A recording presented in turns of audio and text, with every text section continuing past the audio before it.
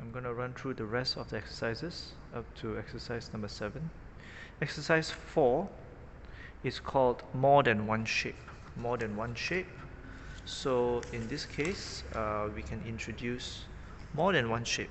So we have paper, and let's say we have the child chooses, the eagle chooses a triangle, oval, and maybe a circle.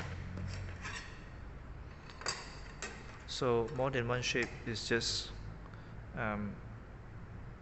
encouraging them to choose as many shapes as they would like to have, and drawing to the heart's content in any way that they wish to.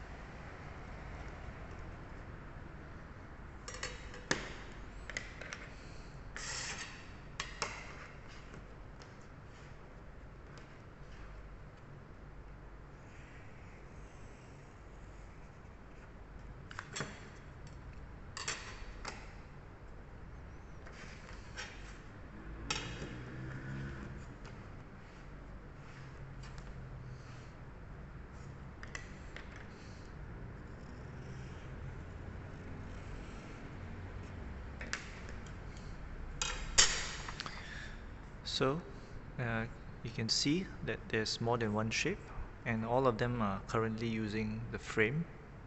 And the next step, of course, is to fill it up, and it will look like this at the end. That is exercise number 4, more than one shape. Exercise number 5 will have a fresh piece of paper, and this particular one, exercise 5, is called monochromatic design. So the eagle can use more than one shape, or they can just use one shape. My example, of course, involves me using just this one shape called the curved triangle, one of my favorites.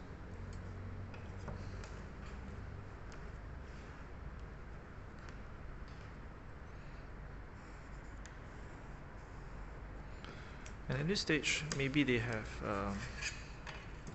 explored many ways of doing things. I'm just using one shape and rotating the one shape in all the directions, and it makes for a very interesting pattern. And this pattern, of course, has many smaller shapes inside. And let's say if I fill up some of the shapes. So monochromatic design is using one color pencil, and in this case we are using red. So with one color pencil, can I make more than one shade? A dark shade, a light shade, and maybe a medium shade. So for example, a dark shade, filling it up, pressing the pencil very hard to create a dark shade. And then maybe I'll choose another place, and this time I will fill it up with a very light shade.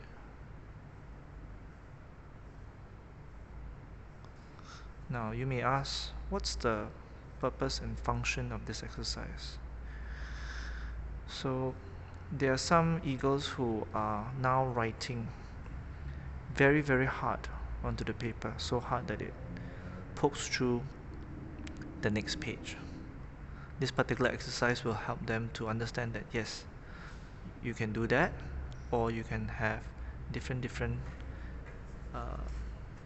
pencil strength. Of course, this is a dark shade and a light shade. Maybe I can have a third shade, which is a middle shade. And so they will come to understand that yes, different strengths produce different shades, and the finished product would look something like that. Notice that there is indeed a dark shade, a light shade, and a middle shade. And so, in the next exercise, it's called an all-over design, which looks like this. They can use the entire shape, they can use the insets or the frame or both to create an all-over design, fill up the entire square. It might even look like this, using curved shapes instead of angular ones. All-over design, exercise number 6. And the final one is called